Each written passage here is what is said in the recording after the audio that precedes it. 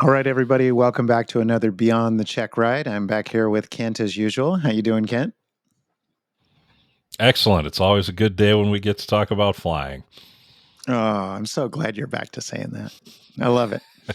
All right, so as usual, we're bringing a singular topic. What have you got for us today? All about forced induction, turbos. Ooh, that's a manly topic right there. Turbos, right? No, Yes, I'm just yes. kidding. The more moving Go parts, the fast. better, right? That's right. That's right. More stuff to break. Love it. Go fast, Well, go and high. It's what it's all about. exactly, higher, farther, faster. That's kind of the thing that most pilots are into. It seems like, right? Chandler Tower, Cherokee 4121 Tango, so Chandler Air Service. We have Zulu, and we'd like a south departure, please. What does it take to be an angel? Where does the sun go when it sleeps? I should by now. It isn't written in the stars. Excellent. All right. Well, let's talk about it. I guess there's a few things beyond your check ride that you've learned about this. So let's dive into it. Yeah. So I guess let's start with just what it is and what some of the main types are. So most of us learn in something simple like a 172, and we call that normally aspirated, where it's just breathing whatever the outside air is. A lot of people who are listening probably have some experience with turbos in vehicles, myself included. Um, and, the applications are a little bit different. A vehicle on the ground, you're kind of looking to get as much as you can out of the engine that you have. And it works really well. I had a Volvo with a turbo in it a while back and really liked it.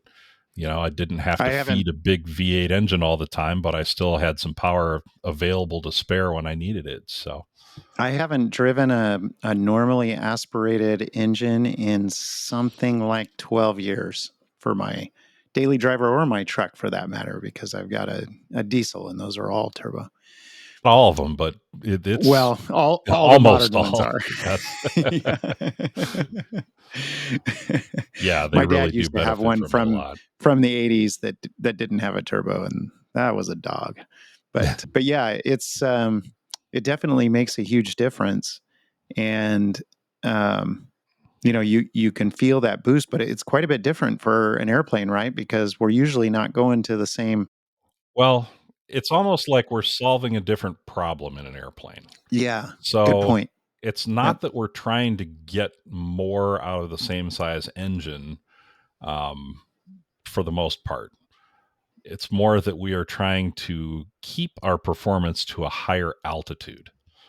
So somewhat of a different problem there, but we're solving it using the same tried and true method.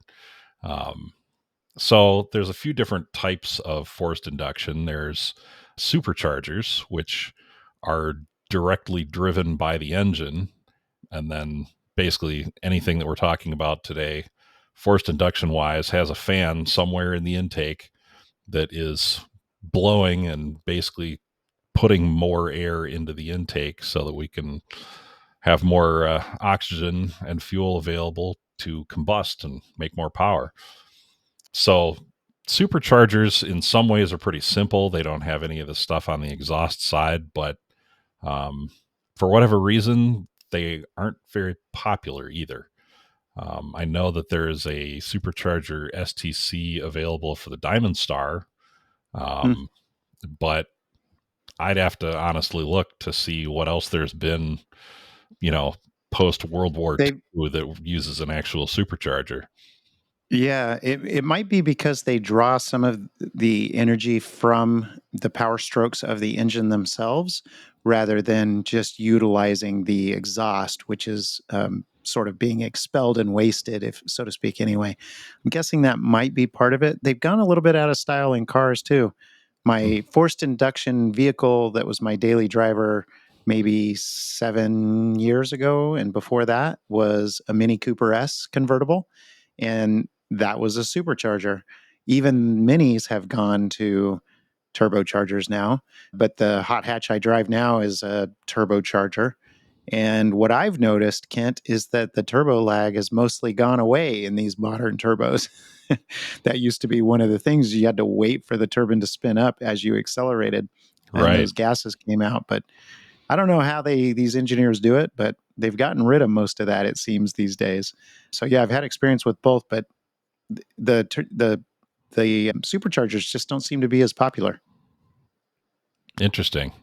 Well, I'm sitting here wondering, as a pilot and someone who knows absolutely nothing about forced induction on ground vehicles beyond just the experience of using them, I'm sitting here going, "Oh, maybe they came up with some sort of a constant speed impeller for the for the turbo, and maybe they're able to extract more from a slower moving exhaust stream." But That sounds anyway, expensive and it prone to does. breaking. It does.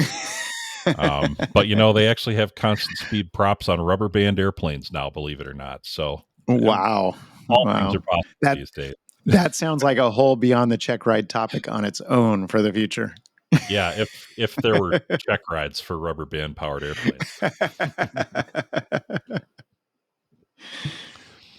But yeah, so the other thing, of course, is and this is kind of split in two for aviation. You were mentioning turbochargers for a car, and there are airplanes with turbochargers as well, but there's another thing that is kind of a special type of turbocharger called a turbo-normalizer on an airplane. And the difference there is that a turbocharger on an airplane is going to give you a manifold pressure that's higher than sea level pressure, whereas a turbo-normalizer is just going to essentially correct for your altitude and give you sea level pressure at a higher altitude. So there's some differences in the engines as well. So a charged engine uses lower compression pistons, and then you're just cramming more fuel and air into a bigger space then, whereas a turbo normalizer is often something that's kind of bolted on after the fact. There's a company called Ray that made a whole lot of turbo normalizing systems for GA in the 60s and 70s, and still tons and tons of those out there. So anyway, regardless of how, of which system you're using, turbocharger or turbo normalizer, instead of getting the power from the engine like you do with a supercharger via some sort of direct drive, a turbo is using a second fan that's in the exhaust side of things. And I'm sure there are probably some mechanics and pilots and stuff who are going to scream at their headphones for this episode. I'm keeping things simplified. I'm not going to explain every last little thing, but we're going to talk about the basics, especially mechanically speaking. We're going to be talking a little more in detail about operational stuff, but yeah, it's so essentially you have another fan in the exhaust side of things, and so your exhaust that's coming out of the engine is blowing through that and spinning the fan that's attached to a shaft that's attached to the other fan on the intake side. So and then there's a bypass that's called the wastegate, and that kind of controls how much exhaust goes through the fan or not, depending on how much power you're asking for. And different airplanes have a bunch of different types of these, a few different types of these wastegates, right? Yes, there are automatic wastegates, which is kind of more of a set it and forget it. There are some things that will take care of the actual wastegate for you. There are manual wastegates where you're more in direct control of the wastegate itself as opposed to how much power you're asking for. And those are sometimes tied to your throttle and sometimes they're controlled separately. So a couple of examples, a Comanche, Piper Comanche, is one where you have direct control of the manual wastegate via its own control. So if you ever look in the window of a Piper Comanche at the throttle quadrant and you see 4 levers instead of 3, that's a turbo Comanche. And so, if One you more have control. that throttle one all the way forward and you need more power, well, you just go over to the wastegate one and you start pushing that forward, and that gives you more power. And then Cessna, for example, if you get a Turbo 182, the older ones, they have a manual wastegate that is tied to the throttle control. So you're kind of moving two controls at once there. And then finally, So there's you something. so so for that one, you add throttle, and it reduces the amount of air going through the wastegate. Oh man, you're gonna make me think here. Well, I mean, basically the way any of the wastegates work is, like I said, it's a bypass. So the Right, more right, boost you have, or the more boost you need, the more closed the wastegate is going to right. be. It So bypasses less air. Yeah. yeah, so in a Cessna where the two are tied together, when you add throttle, you're opening the throttle butterfly and you are hmm closing Closing the the wastegate. wastegate. Yeah. Giving yourself more boost. Correct. Huh. Okay. But yeah, then the last type is the fixed wastegate, where there's always basically a fixed, I'm trying to think whether it be fixed volume. It's not fixed volume because there's going to be different speeds of gases, but one way or the other, it's, no moving parts in there, but you're having to control your manifold pressure, and it's a little bit less direct control than Mm, something with an actual wastegate would be. So an example of okay. that would be a turbo arrow or a Seneca, or some of the Moonies have that, like the M20K Moonies will have that system as well. Actually, not super common. I think I may have just listed all of them, but So interestingly, if we look at the four you've talked about, that is the automatic, and then two types of manual wastegate controls, but one of those, has its own separate control and the other one's tied to the throttle. And then of course the fixed that has no control at all. It was set it and forget it at the factory, basically. That there's really only one that the pilot has direct control over. All the others are either fixed or automatic in some way or another tied to the throttle. So interesting. yeah, Okay. yeah. So a couple of potential issues that you introduce when you have a turbo. First of all, you have extra heat, and heat is not something that's good for engines. It's something that we are constantly thinking about how to get rid of, right? But of course, when you're taking a gas and compressing it, you are increasing the temperature as well. So there are Yep. some airplanes that also have an intercooler. And Bill, you gave a great description of this before. So go ahead. Why don't you tell them what an intercooler looks like and what it does? Sure. Just to talk about what Kent is talking about, we recorded this Beyond the Check Ride about a month ago, but we forgot to hit record. It happens to everybody at least once, I guess. And so I It's like don't saying remember we went exactly. flying, but we forgot to take off. Yeah. So I wasn't ready for this. I'm not exactly sure what I said before, but I will tell you, because of my experience with forced induction in cars, front mounted intercoolers are really common with turbocharged or any forced induction, really, because as you compress that air, as Kent was talking about, it heats up, and the hotter it is, the less dense it gets, which is what we're trying to avoid by compressing the air in the first place.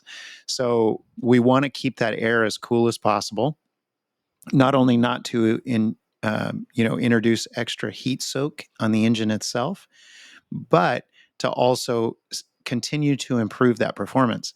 And so the way an intercooler works is the air that is being forced through the turbo, um, so after the turbo, gets forced through an intercooler, which looks a lot like a radiator, but it doesn't contain any coolant or liquid. It contains the air that's being forced through it from the forced induction device. In this case, mostly we're talking about a turbo itself.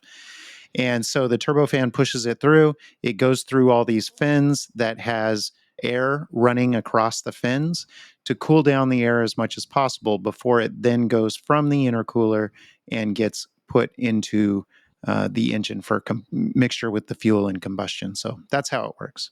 Hopefully that's similar to what I said before, Kent. Yeah, that's actually more detailed. Really, it was kind of the radiator analogy I thought was Oh, yeah. a really Okay. good description of it. And so not every airplane with a turbo is going to have an intercooler, but if you can get one that does have it, that's great. There are companies that have STCs for those sometimes. Speaking of those, fixed wastegates that we were talking about on the Senecas and the turbo arrows and such, there's a company called Merlin that hopefully is still around that makes intercoolers for those, among other things. So, if you're shopping for an airplane with a turbo, get educated on whatever type of airplane you're looking at as to not only what type of forced induction system you have and how the wastegate works and all that, but whether or not it has an intercooler and whether or not you can add one if you want to after the fact. So let's talk about a few operational things.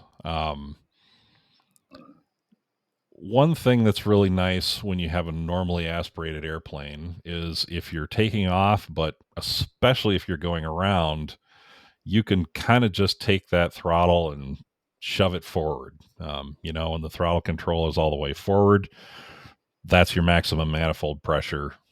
Easy peasy lemon squeezy, as they say. When you start getting into things with a turbo, it's not so easy anymore. And same thing with that supercharger and that diamond. If you have an automatic wastegate, then you're golden. But any of those other types, you have to worry about overboosting. If you have that manual, strictly manual, separate wastegate control, like we were talking about the Comanches having, that's fairly easy to deal with because you can have that wastegate control all the way back and essentially just be using ambient air pressure for the most part. And so you can set that on final approach when you enrich in your mixture and move your prop control forward. And so you can be pretty ready for a go around in those too. And so those are fairly simple as well. But on either the fixed wastegate or on the manual ones that are tied to the throttle, you can't push the throttle all the way up anymore. And so you have to be a lot more careful about that. So just something to consider. Let's see. Critical altitude. We haven't talked about that yet. That's a concept with a forced induction airplane. And basically, that's the altitude where it's the maximum altitude where you can still maintain sea level power.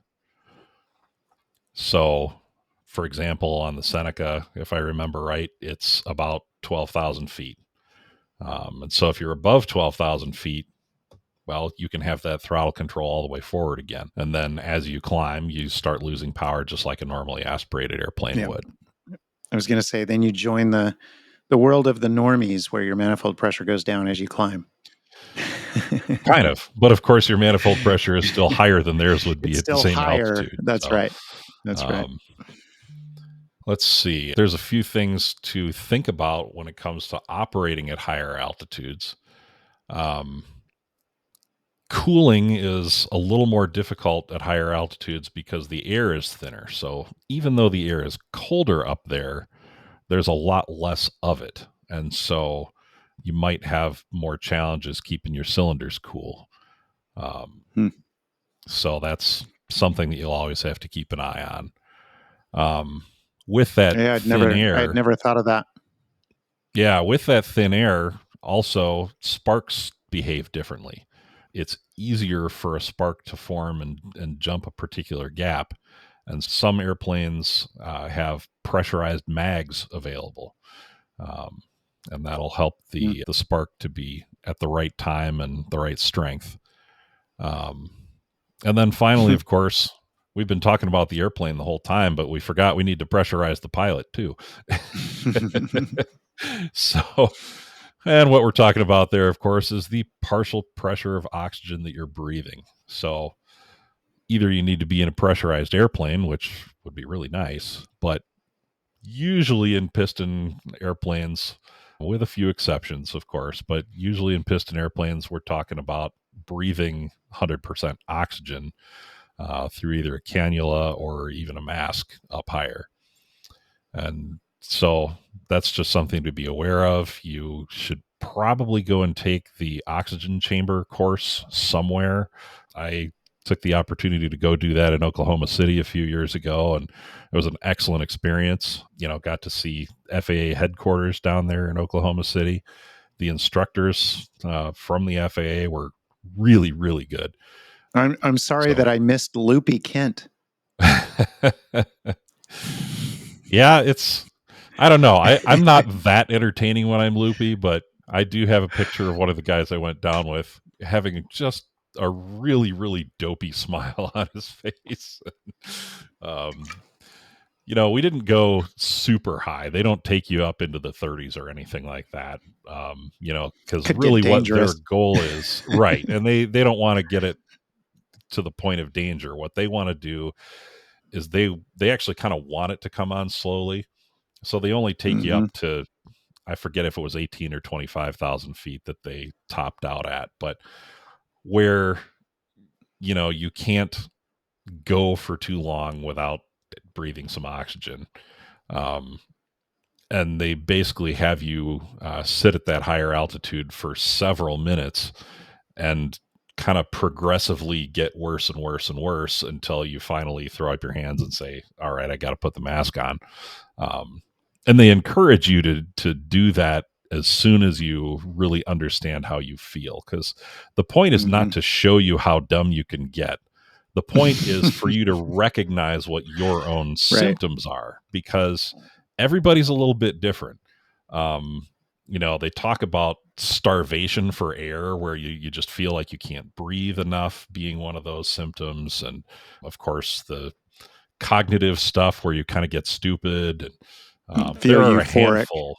Yeah. Right. Yeah. There are a handful of different symptoms, and everybody experiences it differently. And the whole point of the course is for you to learn what hypoxia feels like to you, so that when it happens for real, you can recognize it and take care of it early enough that it doesn't, knock you out. And so I wouldn't even say that I experienced one of those symptoms, more so than the others, but I kind of do have this general feeling that I can recognize that's different from other things I feel, and I can recognize it now as hypoxia.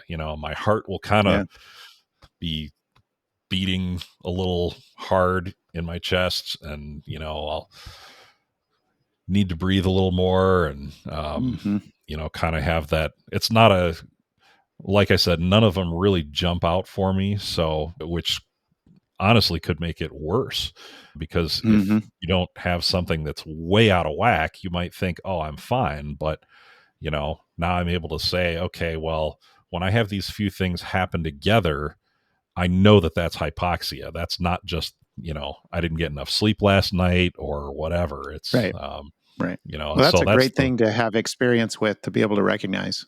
Yeah. And I guess that's the whole point of the exercise. So if you're going to go out and buy a forced induction airplane that's not pressurized, or even if it is pressurized, and you're going to go and fly at high altitudes, I highly recommend that course from the FAA. So I think they do something similar at AirVenture too. Yeah, what they do bring to AirVenture, they don't bring the hypobaric chamber to AirVenture, because it's probably pretty heavy and hard to move. And I was just about to talk about this, is if you have some sort of a physical issue that prevents you from being able to intentionally go to a pressure, where it's 20,000, 25,000 feet, they have another option, and that is that instead of changing the pressure, they change the amount of oxygen. And so they basically displace some of the oxygen by adding extra nitrogen into this box that they bring along. So yeah, that's what they bring to Oshkosh is the nitrogen box. So you can get those same feelings of hypoxia without actually having to change the pressure. Right. Along with that whole course, by the way, they also will do the spatial disorientation simulator, which they might bring to Oshkosh as well. I don't know that I've heard of that being there, but I think it's small enough that they could if they wanted to.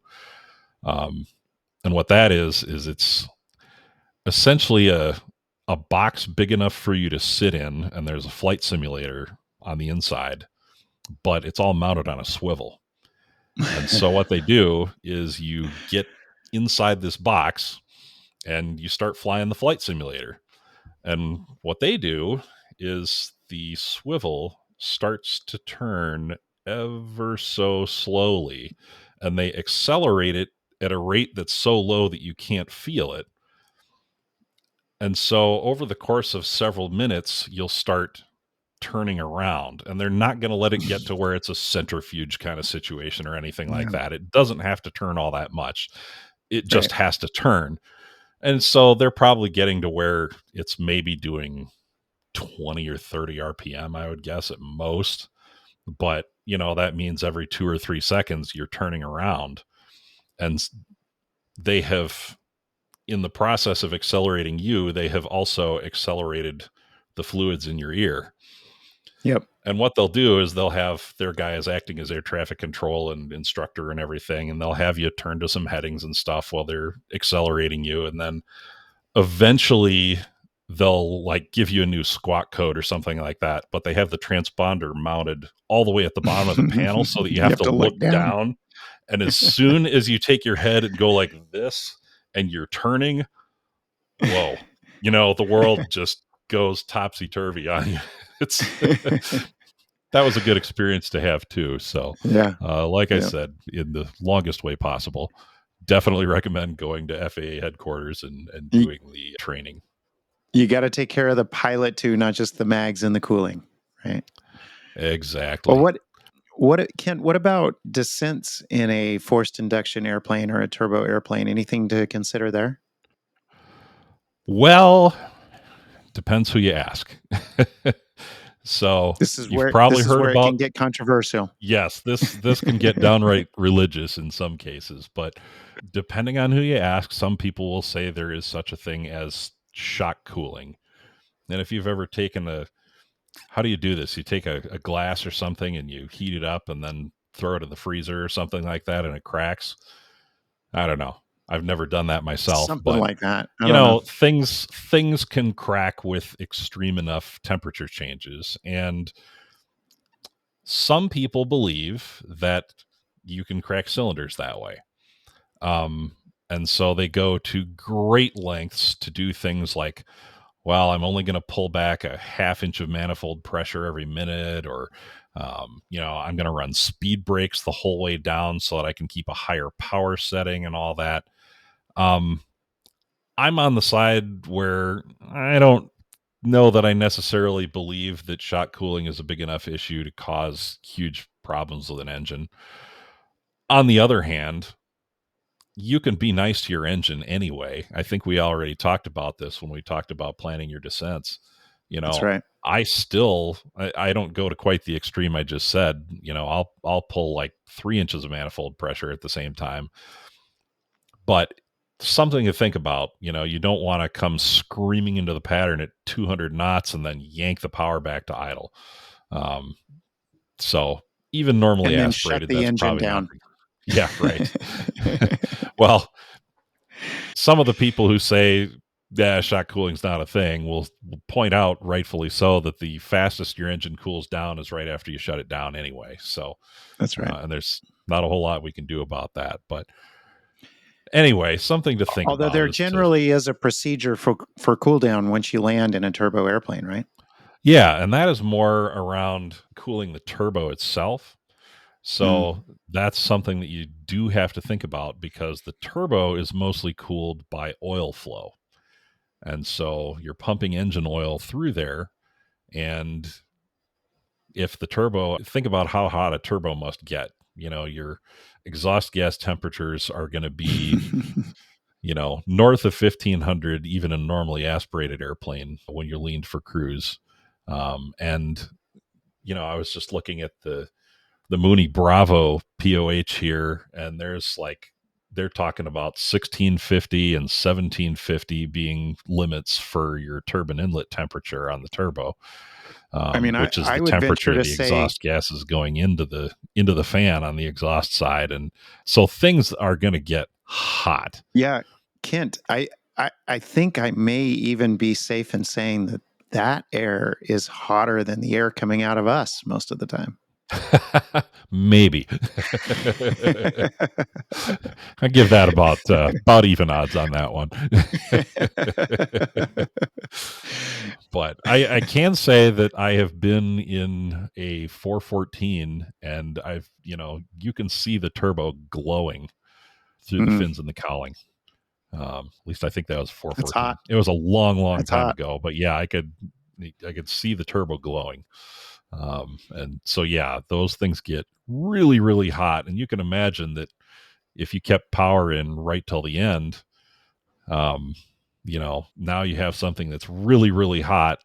It's getting cooled by engine oil, and there's obviously some airflow happening there too, but um, the primary cooling is coming from the engine oil. And you have bearings that have to support this shaft that's going many thousands of RPM. And now you're going to shut the thing down, and whatever oil is in there is going to be absorbing a lot of heat. So yeah, cooling down the turbo is definitely something that you have to pay a lot of attention to.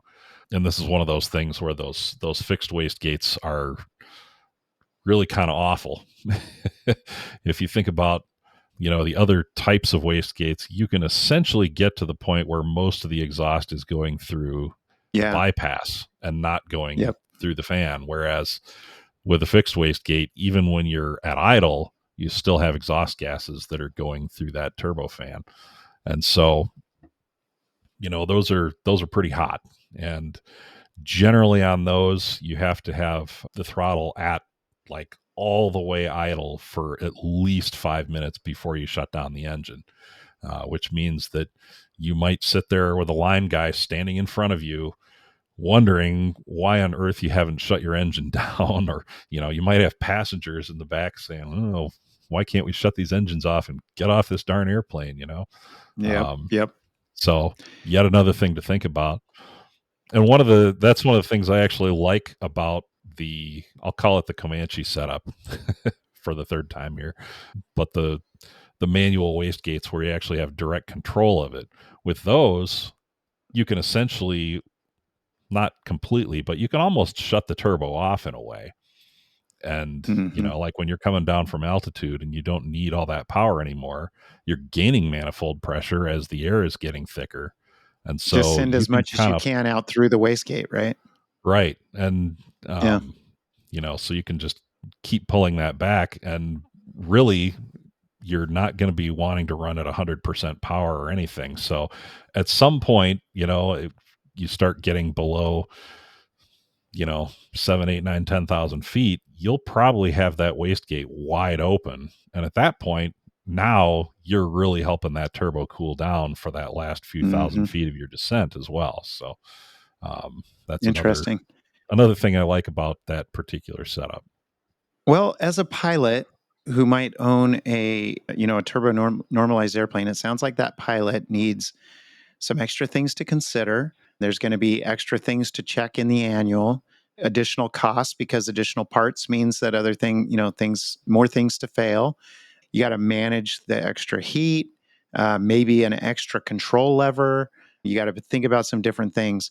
So the big question is, why go through all that trouble? Why do people want to fly a turbo airplane? Now, I have flying out here in the West, I have my favorite reason why I would like to have a turbo, but why do we want turbos? Why do we need them?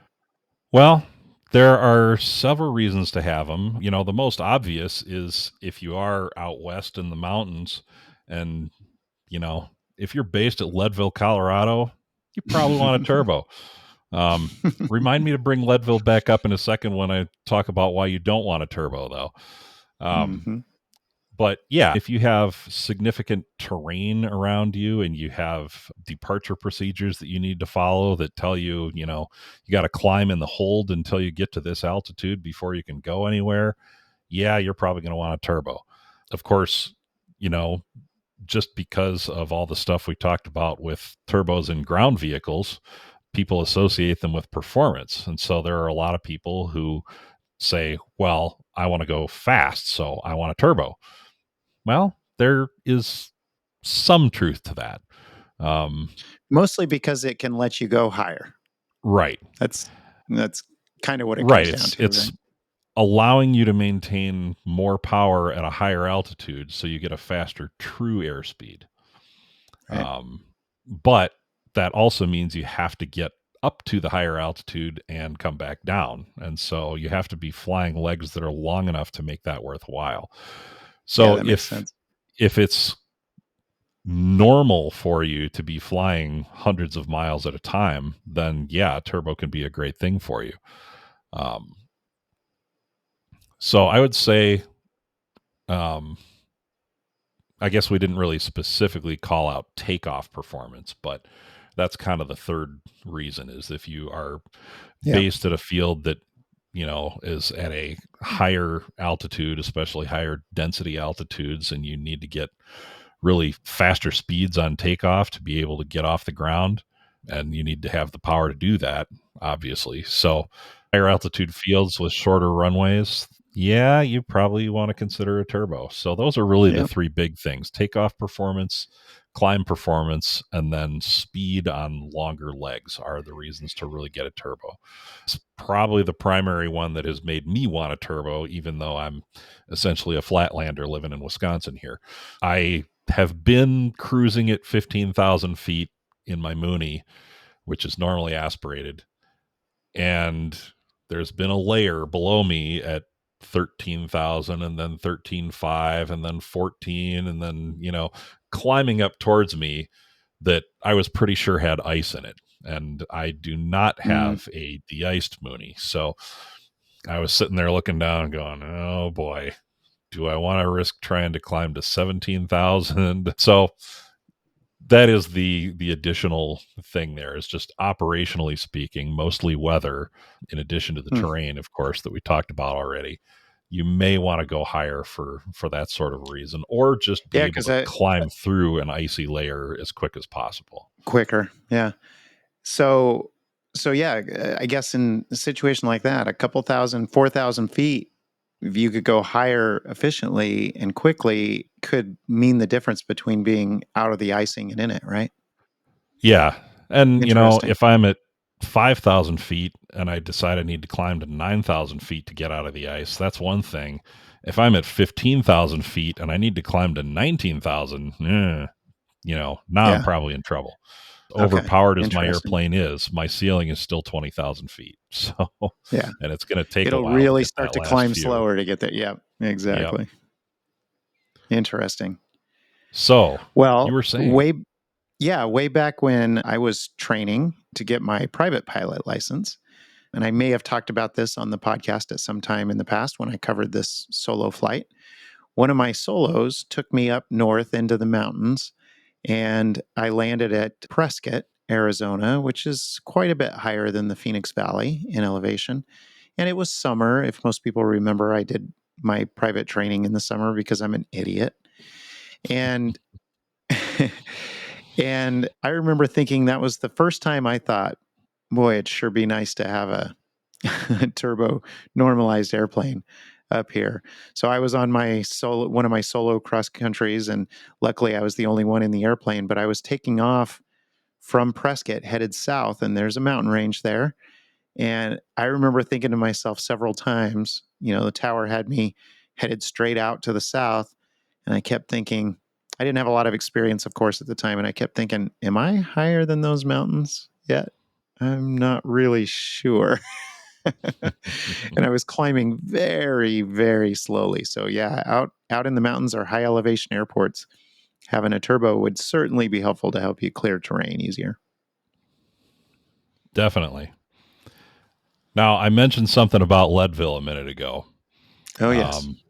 Leadville, for those of you who don't know, Leadville, Colorado is the highest elevation airport in the United States, public use at least. There might be some private ones that are higher, but Believe it's almost 10,000 feet, right? Nine yeah, something? 9,934 feet standing on the ground. And that place is where I have my record density altitude at takeoff. The first time I left Leadville was in a 182, and the density altitude was 12,200 feet.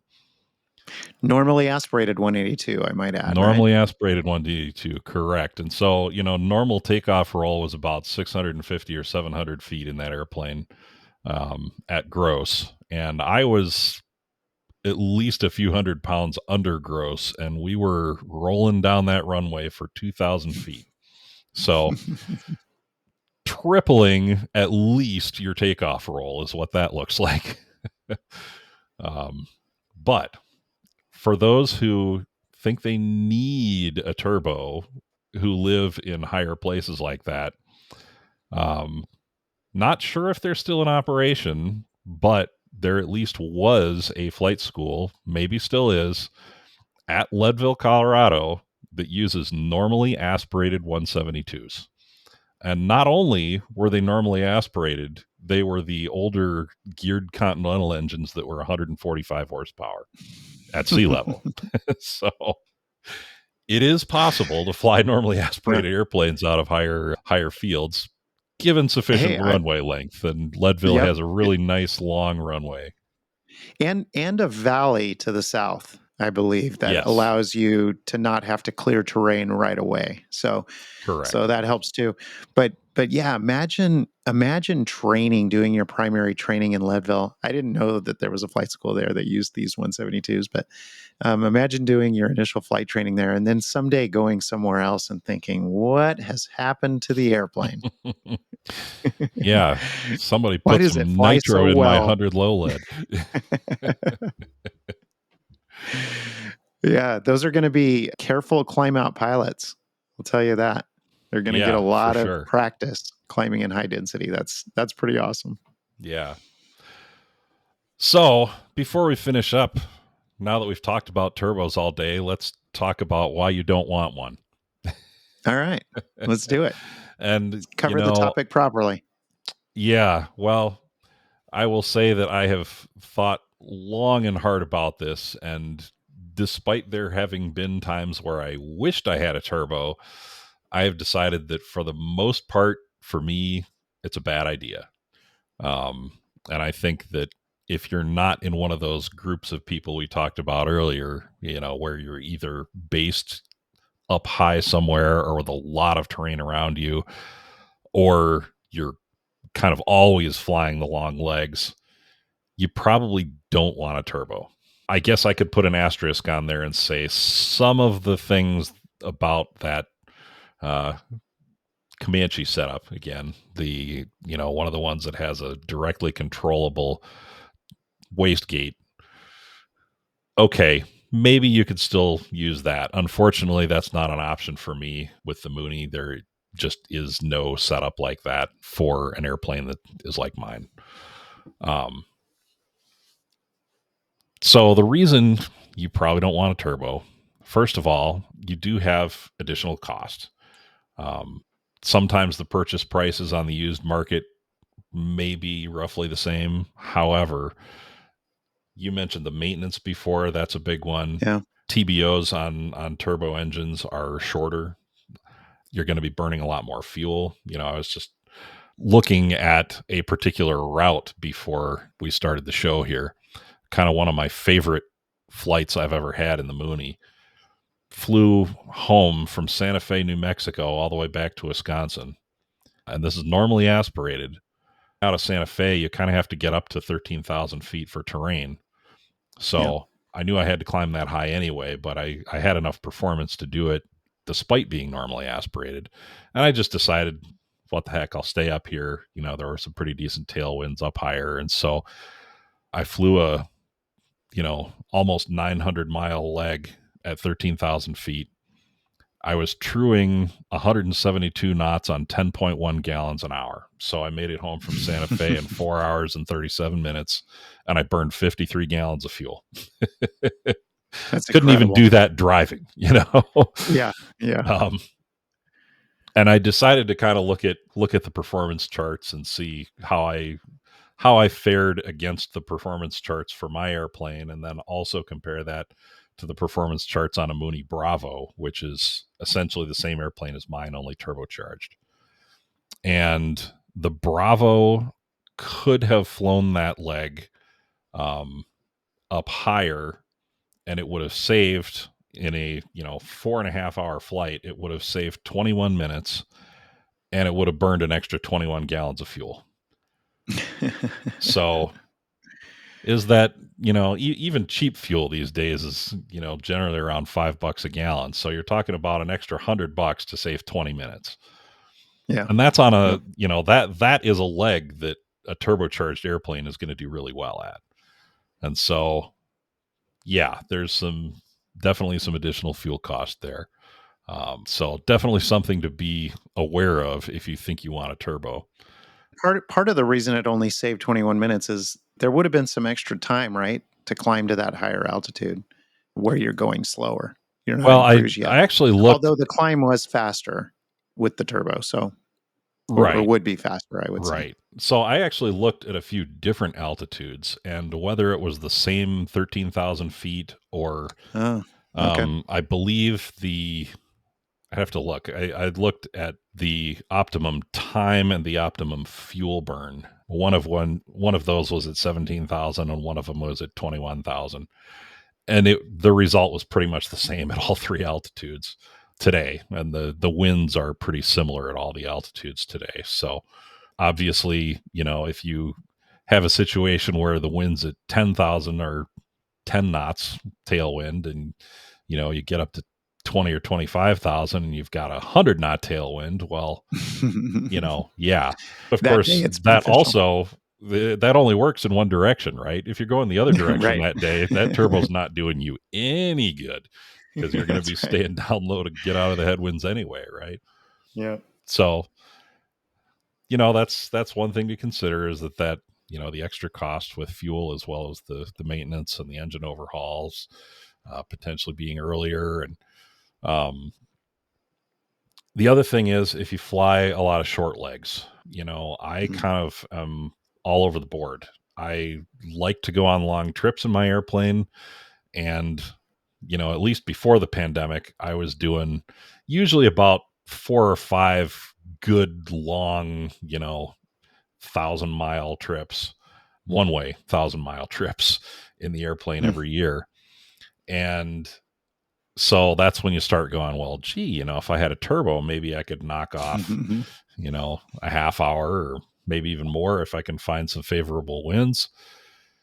But Or maybe even delete some of your stops, right, if you're being going able to fast enough. skip Yeah. a fuel stop is one of the biggest differences in speed you'll be able to find anywhere.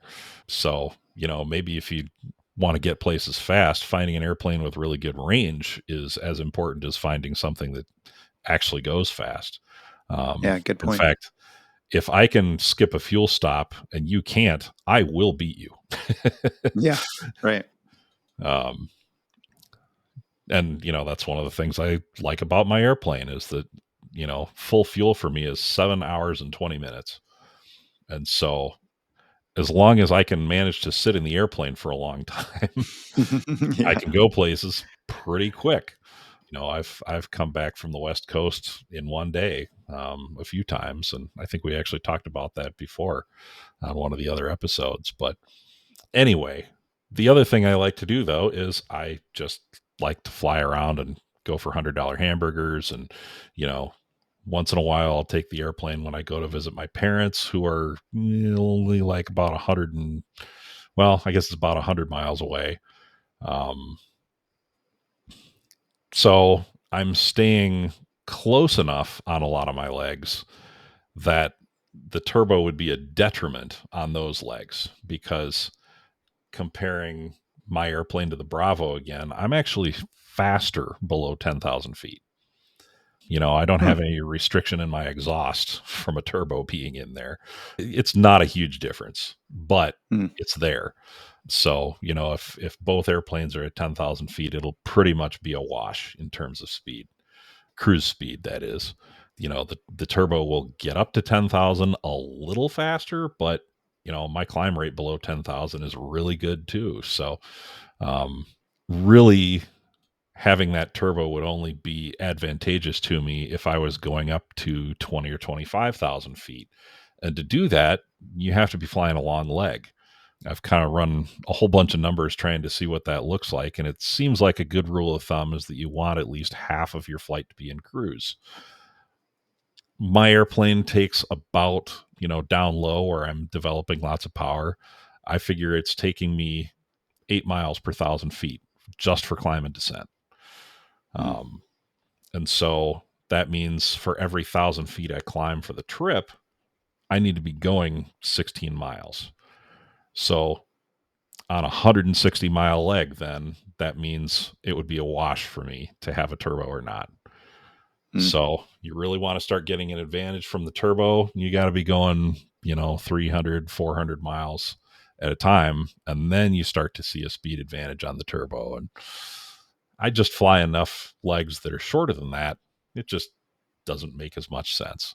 So think about good things to be thinking about. what your missions are and all that. For me also, I've just kind of found that I really don't like breathing oxygen. It really dries me out in a hurry. You maybe as a Arizona native where the air just is that way, it might be a little bit different for you. But, that's another thing that people should maybe try before they go and buy an airplane that they think they're going to fly up there. I've just found it highly unpleasant after about a half hour, an hour on oxygen. My sinuses are just burning because there is zero moisture in that oxygen tank. So, but yeah. That's just a few things to think about. And I think you did a good job covering all of it. Pros, cons, things to think about. Love it. Any last things you can think of? Nope. I think we beat this horse to death. All right. Excellent. Well, thanks again, No everyone. animals for were watching. harmed in the recording of this episode. Thanks, everyone, for again watching and listening. And we always want to hear from you. If there's any disagreements or any things we missed, let us know about it. We'd love to hear your turbo stories, things that you like about it, and so on. So let us know. You can always reach out to us on the contact page on the website, which is at studentpilotcast.com. Or you can send an email easily to bill@studentpilotcast.com, and that'll get to both of us. And with that, we'll end this one for now. And I hope you have a great time in your turbo or your normally aspirated engine airplane. So keep it flying. We'll see you later, Kent. See ya.